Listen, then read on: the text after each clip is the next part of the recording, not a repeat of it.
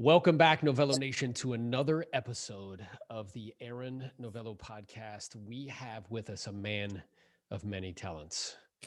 He is an operating principal. He is a market center investor. He is a master faculty member of instruction at KW University. He is also the regional director of South Florida for Keller Williams, Mr. Mark Olesh. I appreciate you taking the time to be with me today. Oh, it's my pleasure, Aaron. I always enjoy our conversations, and I know you do a tremendous business and have taken care of customers for a long time and set the pace for a lot of agents in the area for you. Yeah, well, I appreciate that. And I always like to bring people to the platform that I think can add tremendous value, and your insight and passion really for this business and business in general, I think, will serve the community very, very well. And I always enjoy our conversations, and I just figured, like, what a better way just to capture it so people could listen to it, right? Because we always get into these, kind of strong, passionate conversations about the game and how it's evolving. And what I wanted to talk to you about today is very kind of top of mind for a lot of agents, which is this idea of Zillow versus the Realtor. And I'm aware that, Zillow has made some very intentional and purposeful moves, right? One, over the last maybe 24 months, they bought a bank. They became, a broker. They own Dotloop, and now they purchased Showing Time. So I guess I'm curious, from your perspective, having been in this game for so long, why do you think these moves are important to pay attention to? And what do you think the goal and objective of Zillow is in making these moves? Yeah, it's an interesting topic, right? And one of the things we've been blessed with is Gary Keller. If you listen to Gary Keller, he's been talking about this really going back 20 years. He's been saying, you guys are having a great time and you're reaping a big harvest. Just understand there's a digital piece that's coming. There's a tech piece that's coming. In fact, he tried that like 20 years ago, and it kind of didn't live up to what we thought because just all the pieces haven't come together. And what you're talking about is in the last couple of weeks, when Zillow acquired Showing Time, all of a sudden, I could feel it. In the 20 years I've been doing this, I could all of a sudden feel realtors saying, oh, now I get it. Now I get it. See the house online, make an appointment online, go to the house, meet somebody there. I'm just peeking. I'm just looking. I love it. Oh my gosh. No, I don't want to lose it. I think I'll just write it with who's ever in front of me because I don't want to lose the house. And so I think all of this that's been happening for so long that we said, really, that's going to happen that way? Really, it's going to develop? Really, you think people will be able to do that? And now it's right in front of us. And it's a little bit frightening if you've been disengaged from that piece. And it's time for us to start thinking, if you haven't already, how am I positioning myself in this so I can win this game? Because it's really a technology game and a relationship game, both. Yeah, that's wonderful insight. So I wrote down what you said there. It's a tech game and a relationship game, and how those two intertwined really are the pivot. And we'll get into that a little bit more. So as far as Zillow now being in a position where they're getting in front of clients prior to us, right? And then attempting to create this one user experience from start to finish. I guess I'm wondering from your perspective, because, I remember Gary said something one time that made me stop and think. He said, you can lose so slowly that it feels like you're winning. Yeah, that's right. Yeah. And I feel like in many ways, like what you're saying is accurate, where people are like, whoa, right? And even though he's been talking about this for a long time. So now that this is here, I've seen kind of this feedback from not only agents in the community, but some people that I coach. As you know, I coach and train agents as well, where they're like, oh, we're just going to like boycott this, like imagining that they can stop it. Yeah. Now, my question to you is, does that seem like a realistic expectation that we can stop that? No, you can't stop it. You can't stop progress, right? I mean, it's funny, right? My wife and I take walks all the time. We took a walk the other day, and I saw one of the most unusual things. It was like 6:30 or 7 in the morning. I saw a guy come out of his house, and he walked down the driveway. He was in his bathrobe, and he leaned down at the edge of the driveway, and he picked something up.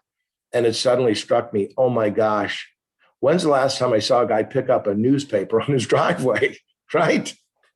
It doesn't happen. I never thought I would see that because I like the newspaper in my hand, but I don't actually get it delivered anymore. Life has just evolved. And that kind of happened while I wasn't even paying attention. I just started buying the paper online a couple of times. I thought it'd be more convenient. And so our experience has changed, right? And the world has changed. And that's what you're talking about. We can't ignore it because technology is going to evolve, and it's the information, right? So the thing we've always had as realtors is we've had a level of expertise, and then we've had a relationship that we create with the consumer. The level of expertise has now risen to not just my knowledge of the area, but my ability to get the information to a consumer, to a customer as fast as possible, and to control the lead, especially from the front end of the experience. Well, Zillow is one of the interlopers, but there are others, right? People go to the Redfin site, they go to other sites, and we as realtors, many realtors have said for years, well, they tell them, just go to Zillow, check out the houses, and when you find one you like, just call me and I'll help you do the deal. Go check out Redfin. When you see the house, let me know. Well, that works until it doesn't work. It's actually not working anymore because you're turning away the lead. So it's having some control over the data and the information, and really having a place that your customer can go to search the properties and have the total experience where you control the data and you control the experience for the customer. And ultimately, what you want to do is provide a unique experience for that customer, something they can't find anywhere else.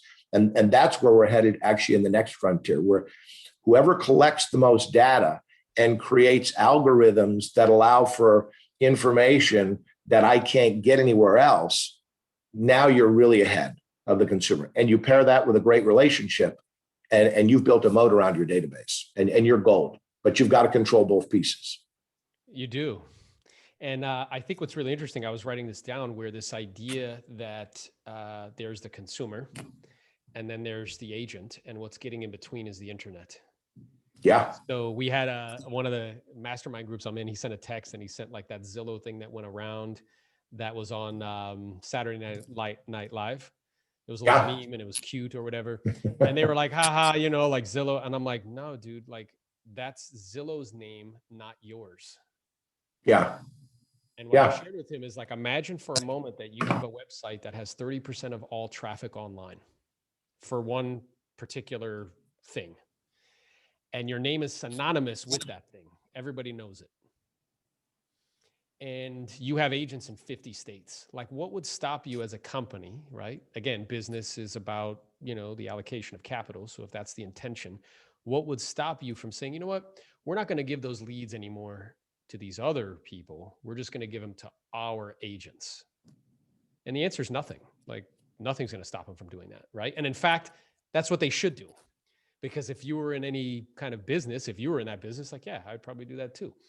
So this idea of trying to catch them before, which you can create an ecosystem to try to do that, whether that be through apps or like a search engine or something of that nature that your company provides. And I don't think you'll win all of those. You might get some where you catch them before, but then also having to deal with the ones that are in that web, because once they get in that web, those companies are selling their own products and services. So talk a little bit about that. Cause like when you said, I think it's so true. Agents are like, oh, just go check out Zillow. They don't realize that now Zillow is selling its own products and services, or Redfin sells its own products and services. Their entry is the eyeball, the attention that for the data, for the information, but then they're turning around and saying, okay, we own a bank, so we can get you pre-approved. You can work with one of our agents, and so on and so forth.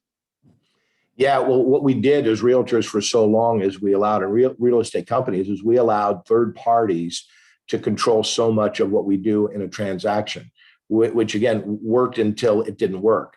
And the real wake-up call that people noticed, that realtors noticed, was showing time, because they're saying, wait a minute, my board uses showing time. That's my thing. That was I thought we kind of all had that, and now they have that. Yes, that's what Gary's been trying to say. This is the game that's creeping up on you. And so whatever tools you're using, what you want to start asking yourself as a realtor is, do I really control the data in my CRM? What if somebody buys my CRM tomorrow? Then what happens to the information in there? What happens to the data in there, right? Everything that you do, everything you touch It's why 5 years ago, when Keller Williams was getting ready to sign deals with third parties, they balked at it and started building their own technology. That was because Gary was making the statement that at some point we've got to control the data, and if we allow other people to control it, they can take showing time off the table from us, and now they control that piece of the puzzle. So if you're a realtor, what you want to ask yourself is ultimately what happens if somebody purchases my CRM company? What happens if somebody buys showing time, right? What happens if someone gets in the way of these things? The more you control the experience, the better off you are. So just as an example, right? So we have a mobile app. I've got my background on, so you can't really see it, but it's the phone, right? So we were about a year ago, Aaron, it's funny, we went to the Baseball Hall of Fame and we're driving around Lake Otsego or whatever. This is a big lake. And I'm with my college roommate and his wife and my wife, and we both all love baseball. So we're at the Hall of Fame, and then we take this drive around the lake. We're looking at these beautiful houses around the lake, and Maria's in the back seat, with Rich, and she's telling me, "Oh, that's beautiful. That one's $1.5 million. Oh, that one's $850." I said, "Maria, this is awesome." I said, "What are you looking at?" Right? And she says to me, "Silly, don't you remember you gave me your mobile app? I'm looking at the mobile app you gave me." And I thought, hey, I did that one right. That's what I thought she was going to say. Oh, I pulled up, Zillow or Redfin or something. But because I had sent her the mobile app, I had forgotten I had even done that, right? Because I don't work with buyers and sellers every day. So I send it to friends and certain people. But I'm not as diligent probably as I should be. But in that moment, which was 18 months ago, I realized, oh my gosh, I have control of her eyeballs. By the way, they live in California. So if they're looking at property in California on this mobile app and they have a question, they can still call me. And our network as realtors has just become enormous, right? Because if I have a mobile app and I can put it in somebody's hands in California or New York or Iowa, and I can say, you can search for properties anywhere. And if you have a question, call me. Well, but you don't live in Iowa. You don't live in California. No, but I actually have a network of realtors, and I can patch you into anybody and help you out. My nephew is buying a house in Corona, and I just patched him through to somebody there, right? But he's looking for properties through my portal. So I'm controlling the lead from the beginning and then controlling the experience all the way through, including a mortgage that I can get him for no initiation fee, no closing costs, and $1,500 back at closing. Those are all pieces that you see. Zillow and other companies, they're all trying to build this platform again. We had this, remember, Aaron, years and years ago. Companies controlled everything, and then it kind of broke up, and people went in all different directions. Oh, I want to do something over here and over here, and now it's coming back to where if I can control them from search to looking at the property, to getting a mortgage, to getting home insurance, to getting everything online, now I control the entire experience. In this mobile app, it's even so much that if you think of mobile banking, you put your mobile banking information into your phone. What if you could put into your phone when you want the air conditioning filters changed, when you should change the smoke alarm things, when the interest rates go down 0.5%, and your phone would just tell you, bing, interest rates are down 0.5 point. You might save as much as $350, and you could opt in or out of that. That's where we as realtors, we need to be thinking that's where this experience is headed. And you want to be able to provide that unique experience for your people. Yeah, so it's this interesting marriage, and I really appreciate your insight between, I think a lot of agents, they're just concerned about doing a deal, taking a listing and working with a buyer. And what I'm aware of is there's something else that's happening simultaneously that's dramatically changing. And I think part of that is consumers' expectations. And the expectation is it should be easy, frictionless, and fast. Yeah. Because that's what we expect, right? My son's first purchase ever in his life was Pokemon cards, and he did that on Amazon.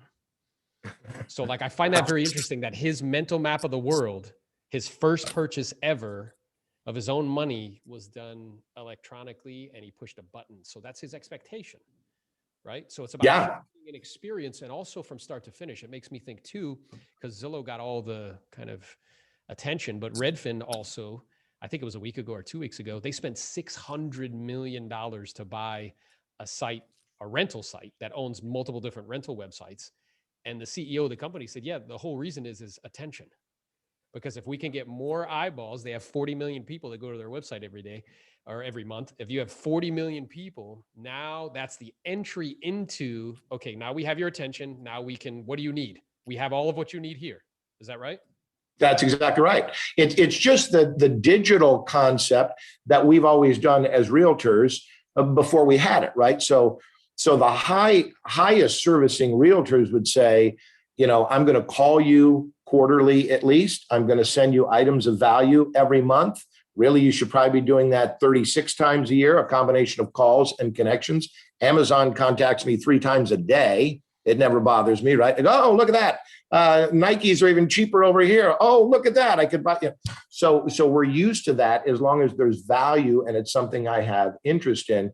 It's just now that information is being delivered a different way and it's being delivered really fast. So how do I keep the great relationship that I have? Because there's value in that. I don't want anyone to think as a realtor, well, nobody's going to care about the relationship anymore. It doesn't matter. I don't think that's going to happen. I think your relationship with your clients is still really, really important. Now, imagine if you could have that great relationship with them and anything they wanted, anything they needed. In what we're used to is, oh, you need a moving van? I've got a moving van. It's the Olesh team. We can use our moving van. Oh, you're having a party? You can use our super swirly machine at your party. Oh, you need a pressure washer? We've got that in our inventory. We've always had this mindset of serving our customers and taking care of them at the highest level possible. And it gets ramped up as you build your business. It's just that now there's this other element to it. There's an information piece to it.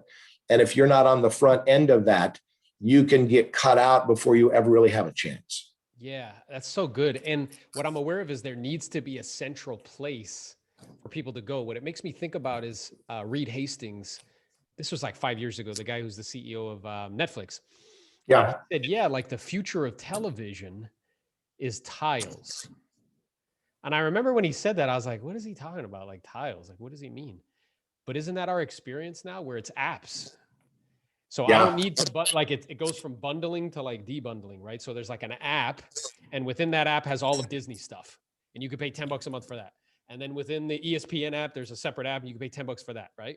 And you could just pick and choose the ones that you want. So the way I see this developing, and I'd be curious to see your kind of thoughts on it, is there will be a Zillow app, and somebody could click on that, and there's a whole ecosystem there. And then there will be a Redfin app, and somebody could click on that, and there's a whole ecosystem there. And there will be a KW app, and there will be a whole ecosystem in there. Is that right? Yeah, and because right now you want to think exclusive and non-exclusive experience, right? Right now, Zillow is a non-exclusive experience. Anyone can go on there and get it, right? What you want is to ultimately create an experience where the only place you can get information and certain of things is by going onto my app and using my stuff and having data-driven information that comes from a unique source. And that's where I think the next play in this is coming, is that but you have to control your data to start with.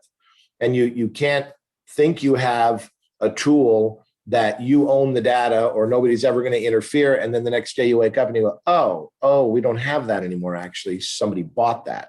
Yeah. And when you said that, Mark, honestly, I wrote that down because I hadn't actually considered that. So like all these people using Follow Up Boss. Yeah. You could gobble up Follow Up Boss and then like that's it. Or Chime or like any of these Ylopo, like any of these marketing suites, somebody could just gobble that up and then they have all that data. Is that right? They're all up for grabs, right? They're all up for grabs. And we don't know what the motivation of any of those companies is, but they're all up for grabs. And there are people out there, there are groups out there that want to buy those pieces to build their own platform, right? That's what they're doing. That's exactly right. That's exactly right. Wow, that's very interesting and something to definitely think about and ponder. Now, the other thing I wanted to talk to you about, because I'm seeing it not only in my business, but I'm seeing it in the businesses of the really high producer, 7-figure earners that I coach, is so this model of or this ecosystem that we're in right now, which is that there's the consumer, there's an agent, and then there's the internet. And there's 2 types of companies that are sprouting up, 2 business models. One is you try to sell your own products and services. That's Zillow, Redfin, right? The second is I just want the referral fee. And that's like the Home Lights of the world, the Fast Experts, the Effective Agents, all these. And those also too are getting into ancillary services, right? As well as far as title and mortgage. But what I think is very interesting is I see even on the listing side, So the buyers took control of the buy side a long time ago because of that decentralization of information. But I'm Mhm. starting to see that sellers are starting to take over control of the sales side, where they're going online first and they're bumping into these platforms. And then agents are having to pay referral fees. So the way I was describing this to somebody, it's kind of like we're just here doing business and there's just money on the table. And now somebody else shows up, is like, yo, I want 25 to 35% of all the money. And then you just gotta like be like, okay, like you, there's nothing you can do Yeah. about it. So my questions, because I'm seeing that in my own business where it's becoming right. Because if you have a really strong presence online, like you're kind of a dominant presence with digital assets and reviews and stuff, you're getting more of that. And that's like warm. People are raising their hands saying, like, hey, so you're gonna do that business, but that means the net's being compressed. So my question to you is like, what would you suggest to agents to deal with that? Because that's a legit thing that's happening.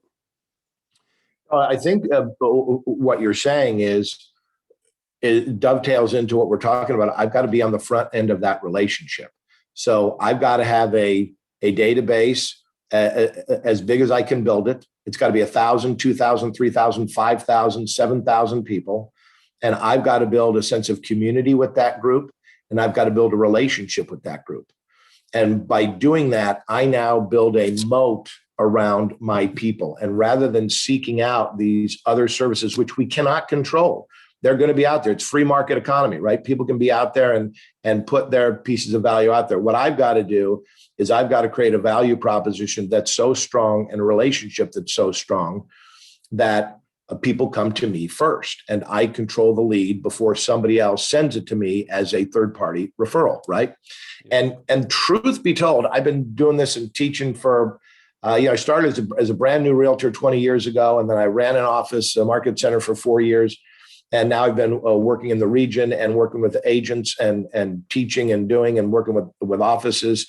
And we always teach that you should have 36 touches a year. It was 33, and I always say 36 touches a year. But the truth is, there's only a very small percentage. There's about maybe, I don't know what the number is, but it's really like 3 to 5% maybe that actually do that. Yeah. And because our business has been so bountiful and so plentiful, we've been able to get away with that and still do really well.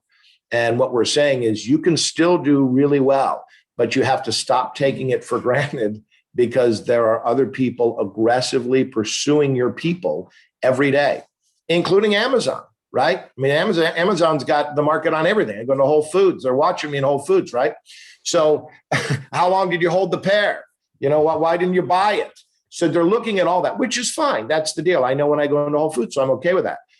And it shouldn't scare us. It should actually supercharge us, that we say, oh my gosh, if I play this game right now and I start contacting people and I set up a system where I'm making them feel special and providing value to them, and I do it personally with the value and information and personal touches, and I do it digitally with the information that can be procured almost automatically. We have neighborhood nurtures now, Aaron, where we used to send you a recipe for carrot cake, right? Now I can set on my technology automatically that every month, heck, every week, you get an update snapshot of Westwood Lakes. It's going to tell you what the neighboring schools are, what they're rated, what the restaurants are, what the people in the development think, what they like about it. But you've got to get there first, and you've got to set that up. And you can't just say, well, I know, but you got to do it. And if you do it, you're gold. You're going to be loving life for the next 10 or 15 or 20 years. And nobody will be able to touch that. You'll have a business you truly control, but you've got to have somebody who owns their own data, and you've got to be tapped into that data.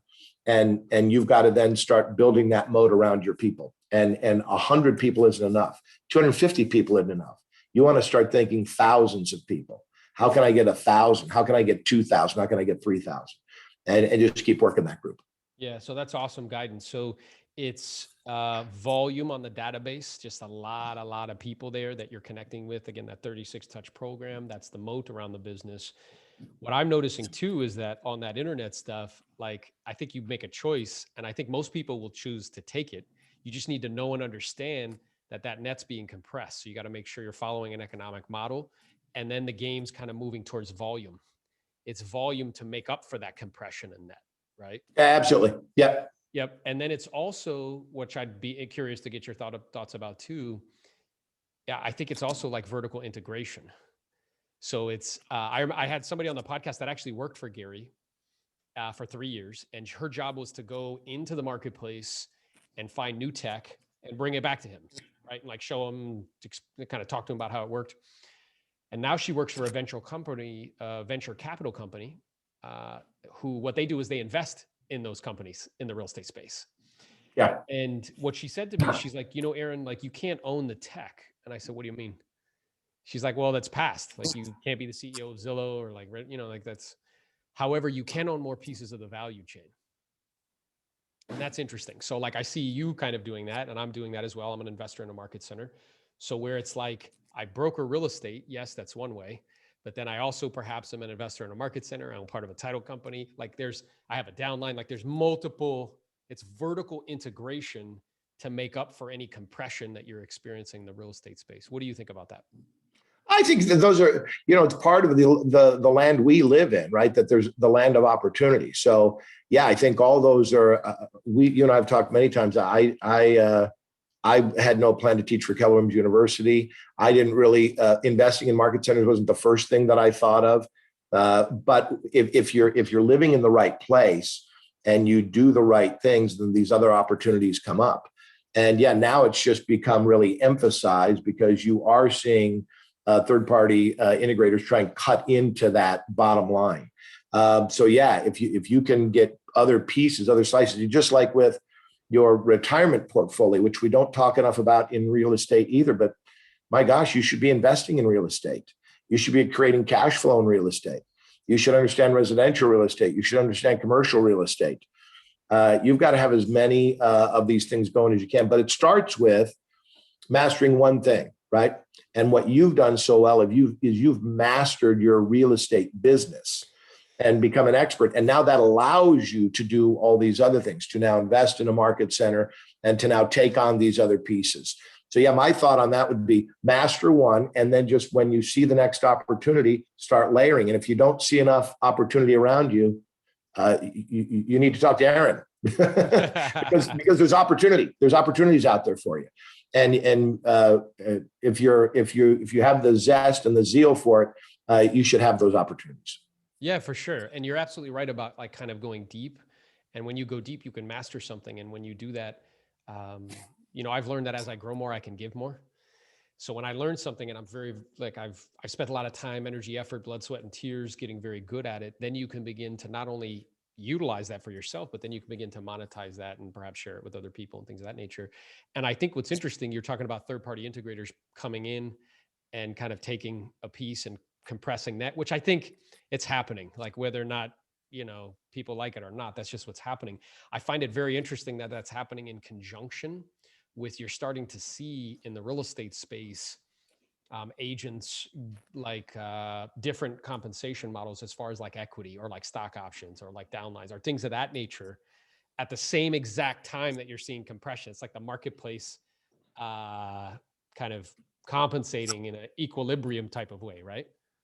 Well, it's one of the things you realize, right? The more you study business, which I didn't study business in college. My roommates were all business majors. I was a communications major. So I didn't really get into this business piece until 20 years ago when I was introduced to Keller Williams. And I started learning about, these business concepts and really how this works. But the most really, I was to say alarming, but that's not right. The biggest wake-up call I got is when I realized, oh my gosh, whatever game you're playing today, it's not going to be that way tomorrow. And it's going to be different 2 years from now and 3 years from now and 5 years from now. And what you referred to earlier, Aaron, is one of the greatest examples. Blockbuster never really believed that Netflix could take over the world. And they didn't pivot the way they should have, and they didn't go digital the way they should have. They were actually this close to doing it, and then they didn't, and then they're gone. And so again, your relationship, if you're a realtor, don't panic thinking, oh my gosh, if I'm not a technical expert, I'm finished. No, that's not what we're saying. What we're saying is your skills as a great communicator and relationship builder are still very powerful. And your expertise in neighborhoods and in how to help people. I mean, there's so much different stuff happening. People are talking about bridge loans now, right? So stuff is different. What am I going to do? I've got sellers who don't think they can buy a house in time. So what do? They're thinking of taking their house off the market. Well, we don't want them to do that. We want them to accomplish their goal. So now suddenly bridge loans, which seem like they're 100 years old, are suddenly back in the conversation. How could you bridge this to get to your next house because inventory is so low?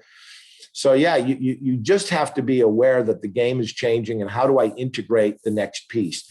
And what we're talking about today is going to be different 2 years from now and 3 years from now and 5 years from now. So the fun of it is doing what we're doing, is talking about it, saying, where do we think that's going, listening to people that are excited about it and that are sharing what they're reading. And it's all a little bit of a guessing game and a little bit of anticipation. But if you have a love for it, a zest for it, it really becomes fun. It's part of the journey. Yeah. I mean, we call it like, it's like mental warfare. That's what it is, right? So you're just like plotting and scheming. And one of the things I wrote down here, which came to my mind as you were saying that, because I know for a lot of people, when you say to them, like, look, this may be different too. In fact, it probably will be different 2 years from now. And 3 years from now, it's definitely going to be different. In 4 years, because it's like you constantly have to be evolving and changing. But when I went to Business Mastery with Tony Robbins, one of the things he said, which really struck me, he said, you have to manage the business that you are and the one that you're becoming. Yeah. And that's kind of interesting because there's like two different thought processes. It's like, okay, well, here's what we're doing now that's working. But like you said, it works till it doesn't. And then I need to be thinking about like, okay, here's all these changes that are happening. So where do I need to go to make sure that I still get my unfair share, right? Yeah. Yeah. And we saw that, in 05, 08 in there, right there. I was actually running an office at the time in Tampa. And I remember there were some great agents, some of the very best agents, when the market shifted and we just had so many foreclosures and people who fell on hard times. And you really had to learn the REO world to some degree if you were going to compete, and the foreclosure world. And some people just chose not to do that. And then even the ones that pivoted to how do we handle all these foreclosures, we had some people that I work with that built massive businesses in that world. And they were king of the hill doing that. Yeah, this is awesome. And then all of a sudden that started changing because that kind of just started to dwindle. And then it went back to an equity side game. So yeah, it's been like this forever. As you start to learn more about business and really get involved in it, I love what you said. Yeah, it's what are you today, and then where is it going, and how am I building a bridge to that? That's exactly right. And being intentional and purposeful with regards to the building of that bridge. So if you were to give kind of some direction, let's say, to agents out there, because I'm aware that, it can be very overwhelming because it's moving very rapidly. It's moving very quickly. And the tech piece can be overwhelming because most agents they're for the most part, they're technicians. They're not really like, technically inclined. I think the average age of an agent is 57. Not to say that that's a bad thing, but technology is relatively newer to them. Like, what would your guidance be as far as just, this conversation? Like, what are some easy steps that they could take to be like, you know what, you don't have to like gobble this down all at once, but here's some good things to focus on? Yeah, so that's a great question. So here's what I would say. First thing is continue to do what you do really well, but do it at a higher level. So typically agents are good at relationships and connecting with people. What we're not good at is organizing that really well. So if you don't have somebody, an admin or a virtual assistant or somebody that is organizing your database and organizing your contact management system at a high level, you need to be very serious and very purposeful about doing that piece. And that's where I'd start, because that's what you're good at is relationships. And then the organization of those relationships is the first thing I'd step on the gas with. Then the second thing I would do is I would not be afraid to learn. We say that everything you want is on the other side of fear, and your fear of well, I don't really know how to do that. So find somebody who knows how to do that and then just have them teach you. What I do actually, Aaron, because I am 57, I'm the 57-year-old guy you're talking about, right? So I have a guy, Ryan Yarbrough, who's my tech guy in my region. And Ryan and I talk every Wednesday at 2:30, and we spend a half hour to an hour, and he teaches me something. Here's something new in smart plans. Here's something new in the opportunities manager. And if I do it that way, It's time on task over time. I could start to learn that piece. So capitalize on your expertise and organize it. Number two, start learning the digital piece just a little bit at a time and sprinkle that on top of what you're doing.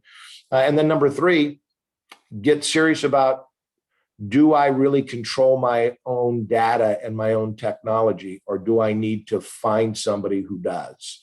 Because at some point, if you don't know who owns that and who controls that property, you could be vulnerable to that information, to that data.